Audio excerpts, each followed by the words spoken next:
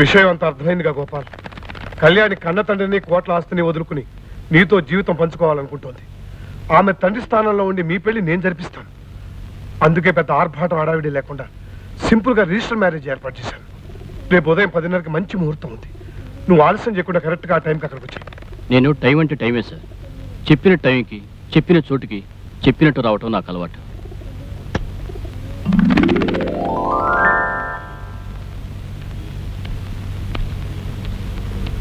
Time అంటే time అంటాడు, అన్న టైంకి వచ్చేస్తానంటాడు. రిజిస్టర్ ఆఫీస్ మూసే టైం అయిపోయింది, ఇంతవరకు అంతులేడు. అంకుల్ దారిలో ఏదైనా అలాంటిదేం జరగundదు. లాయర్ ఆనందరావు గారు అంటే ఎవరు? నేనే బాబు. మీరా? అవును. గోపాల్ గారు మీకు ఉత్తరం ఇమ్మన్నారండి.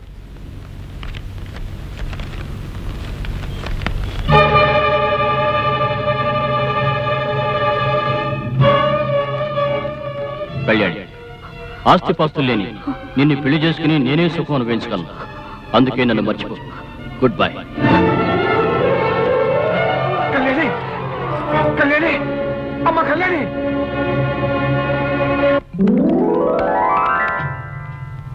కళ్యాణి, కళ్యాణి, మీ డాడీ దగ్గర నుంచి కేబుల్ వచ్చింది. నాతో ఫోన్లో మాట్లాడిన తర్వాత ఆయనకు సివియర్గా హార్ట్ అటాక్ వచ్చిందట. Now is all right. నీ మనసు గాయపరిచినందుకు ఆయనకి అటాక్ వచ్చిందని ఆయన ఫీల్ అవుతున్నారు.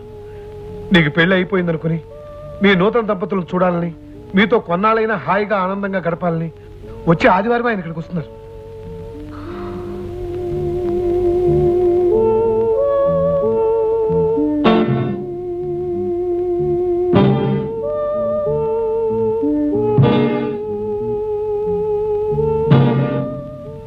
నీ పరిస్థితి నేను అర్థం చేసుకోగలనమ్మా.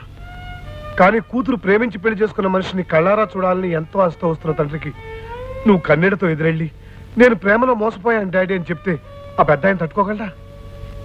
తన ఆఖరి రోజుల్లో కూతురుతో అల్లుడితో ఆనందంగా గడపాలని ఎంతో ఆశతో వస్తున్నారు ఆయన. ఈ విషయం ఆయన తెలియ నీకు తట్టుకోలేరు. డాడీని ఆఖరి రోజుల్లో ఆనందంగా ఉంచాలని నాకు ఉంది. కానీ ఎలా? కళ్యాణి, బాధ పెట్టే నిజం కంటే ఆనందపరిచే అబద్ధం చెప్పడమే కొన్ని సందర్భాల్లో మంచిది. నువ్వు నీ భర్తతో ఆనందంగా ఉన్నావని ఆయన నమ్మించాలి. అందుకు రెండు మార్గాలు. ఒకటి, నువ్వు ఎవరో ఒకరిని నిజంగా పెళ్లి చేసుకోవాలి. ఈ జన్మక మాట మర్చిపో uncle.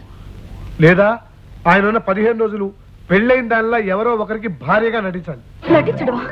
No uncle, I'm sorry. తప్పదమ్మా. కొత్తగా పెళ్ళైన జంటతో ఆనందంగా గడపాలని వస్తున్న ఆయనకి నువ్వు ప్రేమలో ఫెయిల్ అయ్యావని తెలిస్తే మళ్ళీ ఆయనకి అటాక్ రావచ్చు.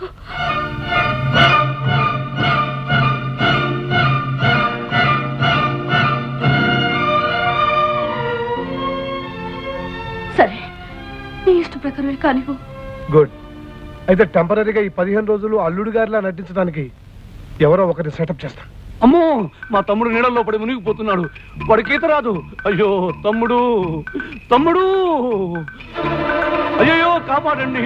మా తమ్ముడికి ఈత రాదు, చచ్చిపోతున్నాడు. తమ్ముడు, అయ్యో నేనేం చేయండి తమ్ముడు, దేవుడా.